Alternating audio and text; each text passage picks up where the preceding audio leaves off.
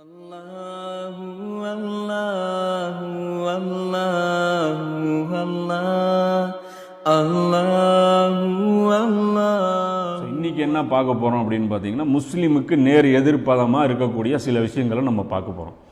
அப்போ முஸ்லீம் அப்படிங்கிறவனுடைய அந்த எதிர்ப்பதம் அப்படின்னு பார்த்தீங்க அப்படின்னா காஃபிர் அப்படின்னு சொல்லி சொல்லுவாங்க. அதாவது முஸ்லீமுக்கு நேர் எதிர்ப்பதம் எது அப்படின்னு பார்த்தீங்கன்னா காஃபிர். ஸோ ஒரு முஸ்லீம் அப்படிங்கும்போது அல்லாஹ் குரானில் சில டெஃபினேஷன் சொல்கிறான்.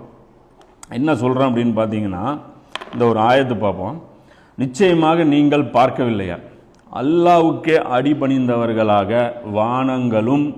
வானங்களில் உள்ள அனைத்தும், பூமியில் உள்ள அனைத்தும், சூரியன் மற்றும் சந்திரன் மற்றும் நட்சத்திரங்கள், மலைகள், மரங்கள் மற்றும் உயிரினங்கள், அதாவது வானங்களில் இருக்கக்கூடிய அனைத்து பொருட்களும், பூமியில் உள்ள அனைத்து பொருட்களும், சூரியனும் சந்திரனும்